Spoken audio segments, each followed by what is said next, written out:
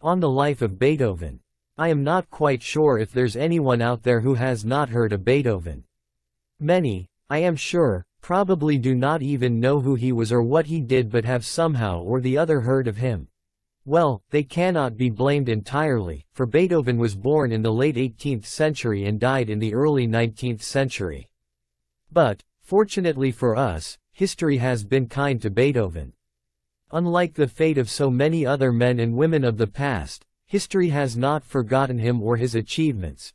For those of you who do not know who he was, or have never even heard of him, let me introduce him to you in one short sentence. Beethoven was a so-called musical genius, a prodigy, who is responsible for composing some of the greatest works of music in history. And it is because of this reason that you have heard of his name sometime or the other during the course of your lifetime. But let us go into some more detail about the life and work of this great man. Who exactly was Beethoven? Well, Ludwig van Beethoven was a German composer and pianist, who was born on the 17th of December 1770 in the city of Bonn, Germany. It was obvious from an early age that Beethoven was a musical prodigy. His talent could not be ignored or denied. At first, he was taught by his father, Johann, who was also a musician. Later on, he was taught by opera composer and conductor Christian Gottlieb Neef. Beethoven's training, especially under the tutelage of his father, was sometimes so harsh and intense that it reduced him to tears.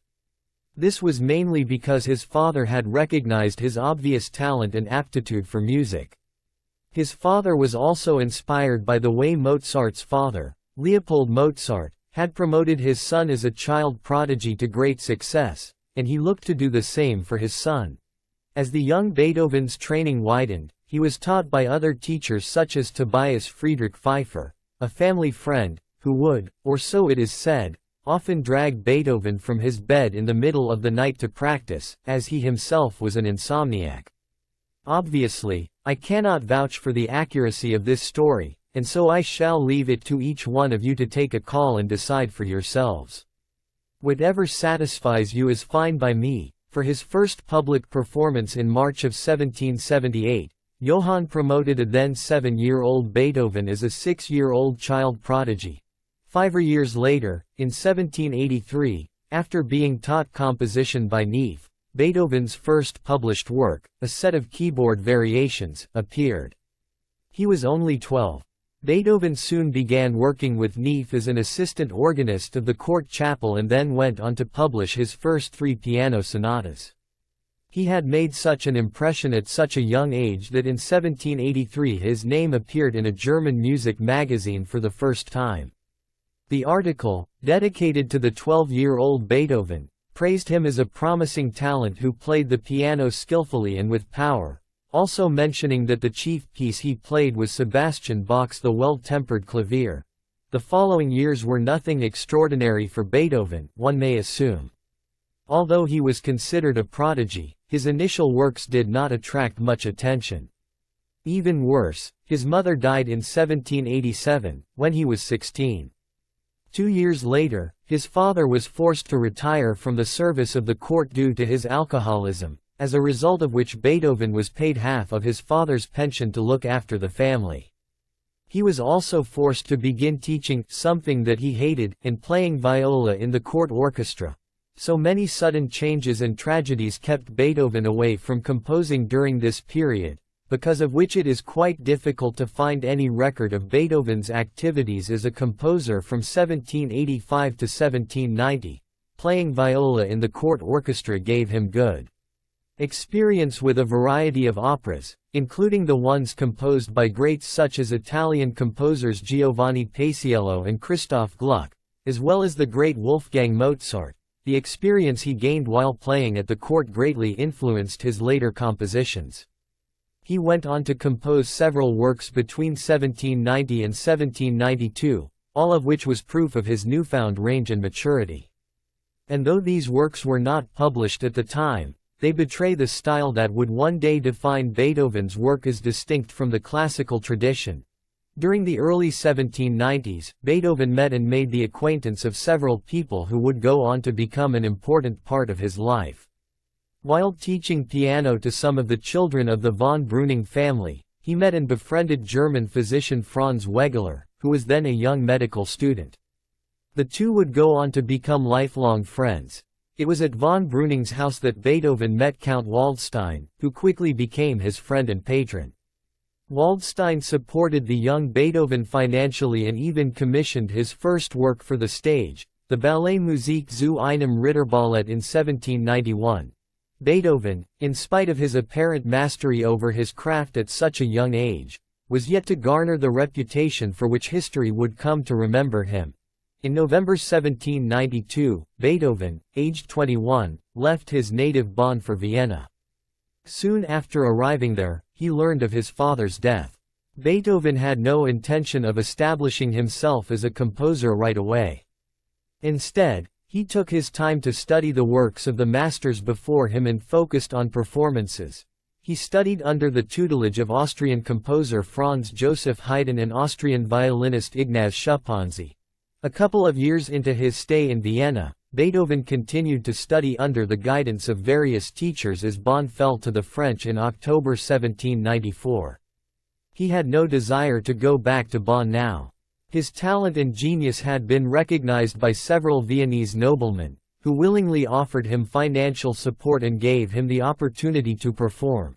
In this way, the young Beethoven began to develop a reputation as an improviser and performer in the salons of the Viennese nobility. He had also managed to gain a considerable reputation as a piano virtuoso. Beethoven's dedication to studying music must be admired. For someone who was believed to be a prodigy, Beethoven's willingness to put in the hours to study and practice his craft is truly inspiring. Such dedication to his craft, in spite of the natural talents he possessed, reminds me of another great artist in history, Pablo Picasso, who too dedicated his entire life to mastering his craft in spite of being regarded as a prodigy. But let me get back to the topic at hand. In the year 1795, Beethoven, aged 24, made his public debut in Vienna, performing over a period of 3 days. Shortly thereafter, he published one of his compositions, Opus 1, a set of 3 piano trios dedicated to his patron Prince Lichnowsky. The publication proved to be commercially successful. In 1798, Beethoven wrote one of his most celebrated compositions at the age of 27, known as Sonata Pathétique. The composition was lauded for its originality and ingenuity and was considered to have surpassed all of his previous compositions up until then. It was around this period that Beethoven began suffering from hearing loss. It is said that he himself traced the early symptoms back to a fit he suffered in 1798 after a serious argument with a singer. Once again, unfortunately, I cannot vouch for the accuracy of this claim. Therefore, let us just assume that Beethoven really said that at some point in time. His hearing further worsened after suffering from a serious form of tinnitus, the perception of sound, when no corresponding external sound is present. This, needless to say, caused him great discomfort at social gatherings and in his professional duties. It is now generally believed that the most likely cause of his hearing loss was otosclerosis, a condition of the middle ear where one or more foci of a regularly laid spongy bone replace part of a normally dense enchondral layer of the bony otic capsule in the bony labyrinth. This condition was probably accompanied by a degeneration of the auditory nerve. This was no doubt the most difficult time of Beethoven's life. On 6 October 1802, he wrote a letter to his brothers Johann and Karl, in which he confesses to having thoughts of suicide due to his worsening hearing loss. But at the same time, one can notice a sense of hope and resolution on his part to continue living for the sake of his music. Interestingly, the letter was never actually sent and was discovered in his papers after his death. What is even more interesting is that in his letters to Wegeler, he displays a more daring and courageous attitude toward his illness by stating that he would not let it crush him completely. He even vowed not to keep his deafness a secret, even in his music. Fortunately for the world of music, and for countless musicians who were inspired by him, Beethoven did not stop composing even as his hearing loss became worse. But there was a major drawback nonetheless, obviously. His hearing loss made it difficult for him to perform at concerts, something which was his main source of income at that point in his life. It was during this difficult period in his life that the so-called heroic period of his career began. This period in his career came to be known for his highly original works composed on a grand scale, apparently representing struggle and heroism. Around the year 1802, Beethoven declared that he was not content and satisfied with the work he had composed up until then, because of which he would now take a new and original path. The following year, he composed the Third Symphony, called Eroica, in which he used the new style he intended to pursue. It was longer and larger in scope than any previous symphony and received a mixed reaction from listeners. Some believed it to be a masterpiece, while others misunderstood its structure and criticized its length. There is an interesting fact relating to the Eroica. The symphony was actually created to honor the life and career of Napoleon Bonaparte, as Beethoven was believed to have sympathized with Napoleon's cause and ideal.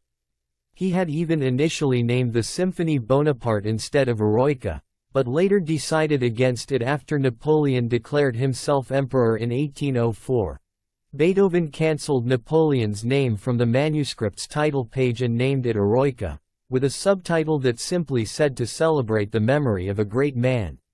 During his heroic period, Beethoven went on to compose other grand pieces in the manner of the Eroica, such as the Waldstein and Appassionata piano sonatas, the Rasumovsky string quartets, the Fourth, Fifth, and Eighth Symphonies, the Opera Fidelio, the Violin Concerto, and the Oratorio Christ on the Mount of Olives.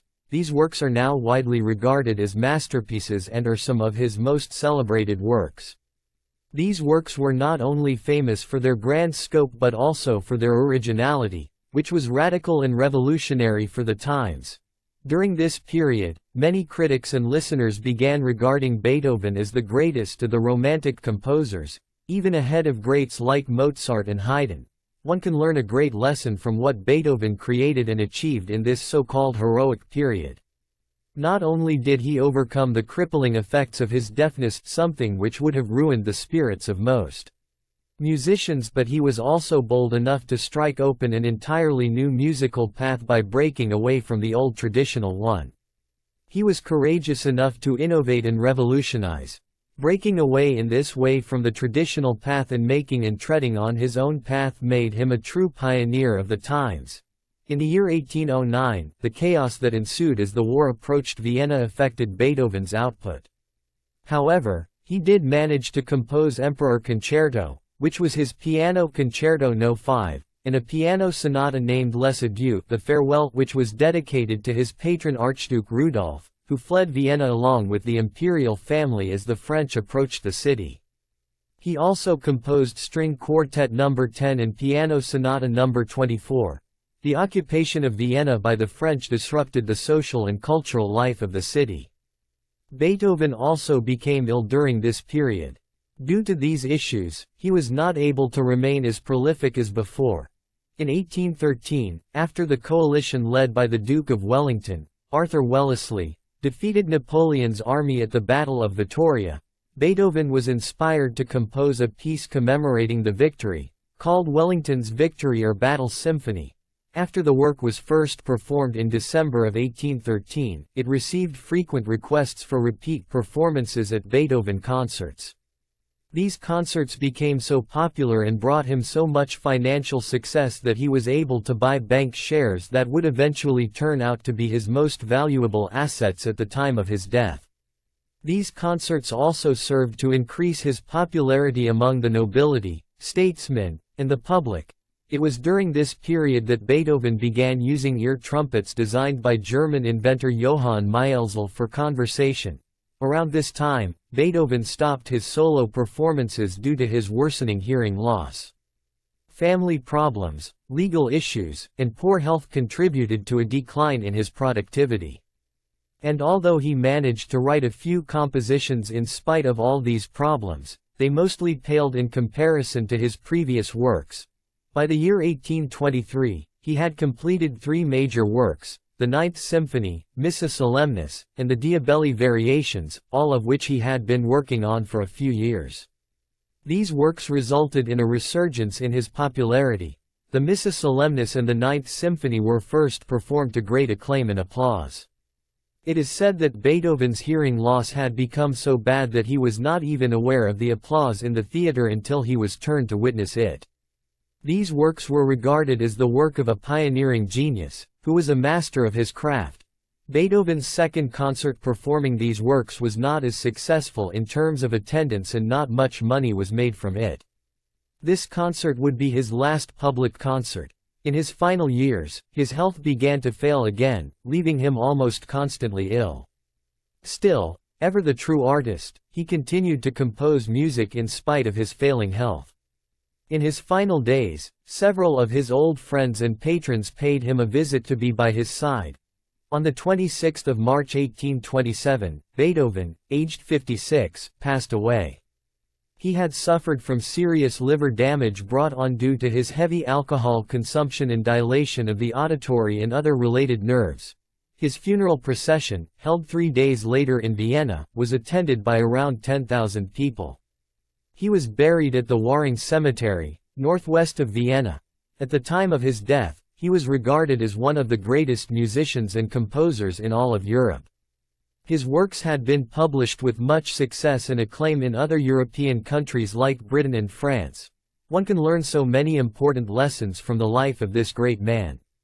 Beethoven's dedication to his craft is nothing short of inspiring. He dedicated his entire life to music, never taking his talent for granted.